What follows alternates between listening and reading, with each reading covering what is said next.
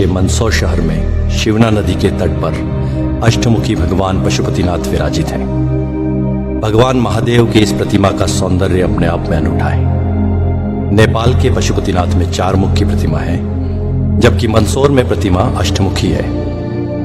19 जून 1940 को शिवना नदी के बाहर आने के बाद 21 साल तक भगवान पशुपतिनाथ की प्रतिमा नदी के तट पर ही रखी रही। एक किंवदंती यह भी है कि इस प्रतिमा को सबसे पहले स्वर्गीय उदाजी पुत्र कालूजी धोबी ने स्वप्न में देखा था। उन्होंने यह बात बाबू शिवदर्शन जी अग्रवाल को बताई। तब बाबूजी और मंदसौर के नागरिकों के द्वारा प्रतिमा को 14 जोड़ी बैलगाड़ी से महादेव घाट की ओर ले जाया गया। प्रतिमा को नदी के उस कोने से इस कोने पर जब ले जाया जा रहा था, तब एक चमत्कार हुआ। प्रतिमा जैसे नदी से दूर जाना ही नहीं चाह रही थी। जिस जगह आज प्रतिमा स्थापित है, यह वही जगह है जहां से वह हिली ही नहीं। आज उस जगह पर भगवान पशुपतिनाथ का विशालकाय मंदिर स्थापित है। उसके पश्चात 21 वर्षों तक बाबूजी ने प्रतिमा का संरक्षण व सेवा की। बाद में चैतन्य आश्रम के स्वामी प्रत्यक्षानंद महाराज ने 23 नवंबर 1961 को इसकी प्राण प्रतिष्ठा की। 27 नवंबर को मूर्ति का नामकरण पशुपतिनाथ कर दिया गया। उसके बाद भव्य मंदिर का निर्माण शुरू हुआ। प्रतिमा का इतिहास। माना जाता है कि प्रतिमा का निर्माण विक्रम संवत 575 ईस्वी में सम्राट यशोधर्मन की हुणों पर विजय के आसपास का है। संभवतः मूर्ति भंजकों से रक्षा के लिए इसे शिवना नदी में दबा दिया गया था। अनुमान के अनुसार अज्ञात कलाकार ने प्रतिमा के ऊपर के 4 मुख पूरी तरह बना दिए थे, जबकि नीचे के 4 मुख निर्माणाधीन थे। ऐसी है ये प्रतिमा। प्रतिमा के 8 मुख हैं। ऊंचाई 7.3 फीट है। इसकी गोलाई 11.3 फीट है और इसका वजन लगभग 46 क्विंटल है। प्रतिमा के 8 मुखों का नामकरण भगवान शिव के अष्ट तत्व के अनुसार है।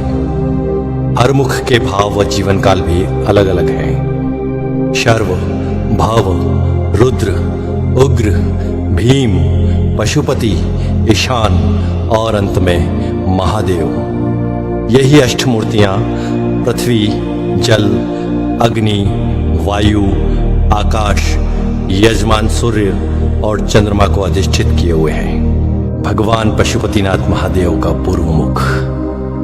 पूर्व मुख जीवन की बाल्यावस्था का प्रतीक है। घुंघराले बाल, मोर पंख धारण किए, नाग नागिन का जोड़ा, कुंडल के रूप में भुजंगमाला पहने शिव एक बालक के समान लगते हैं, एक दिव्य बालक के समान। पूर्वामुखी यह मुख पूर्णतः शांत एवं आत्माराम सा लगता है।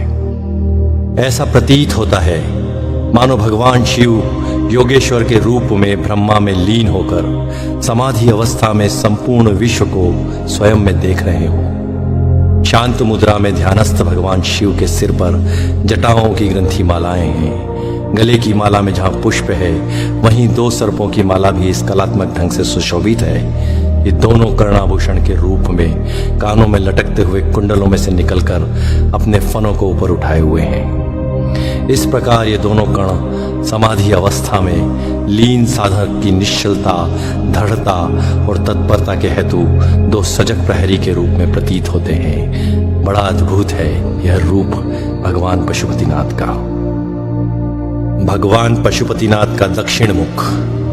दक्षिण मुख जीवन की किशोर अवस्था का प्रतीक है। साथ ही यह श्रृंगार रस की मुद्रा में है। दक्षिण मुख सर्वाधिक सुंदर एवं अति रमणीय है। इस मुखमंडल का श्रृंगार जिस कलात्मक श्रेणी से किया गया है, उससे ऐसा प्रतीत होता है कि श्रृंगार रस के समस्त तत्व सजीव एवं साकार हो उठे हों। अनुपम केश कलाकृति से युक्त मुकुट के मध्य में सुहाना नाग शिशु है, जो कलंगी तुर्रा जैसा है, एवं एक और चंद्र रेखा।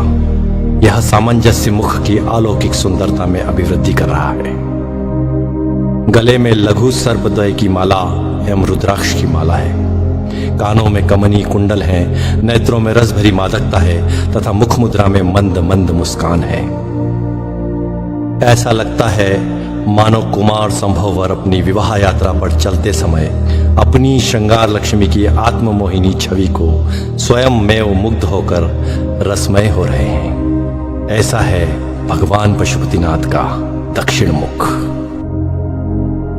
भगवान पशुपतिनाथ का पश्चिम मुख जीवन की प्रौढ़ावस्था को दर्शित करता है। यह मुख महादेव जी का रौद्र रूप भी है। अधरोष्टम नेत्र खुले हैं, मुख वक्र है, ओहें चढ़ी हैं, जटाजूट का अभाव है। सर्पों के साथ केश ग्रंथित हैं, गले में कनेर व आंकड़े के पुष्प की माला है। तप में बाधा डालने वाले कामदेव पर महादेव को इतना क्रोध है कि उनको यहां देख पाना भी कठिन है। तृतीय नेत्र खुला है जिसमें से आंख की लपटें निकल रही हैं। अंगारे के समान धधकते तृतीय नेत्र का तप मुखमंडल पर छाया हुआ है।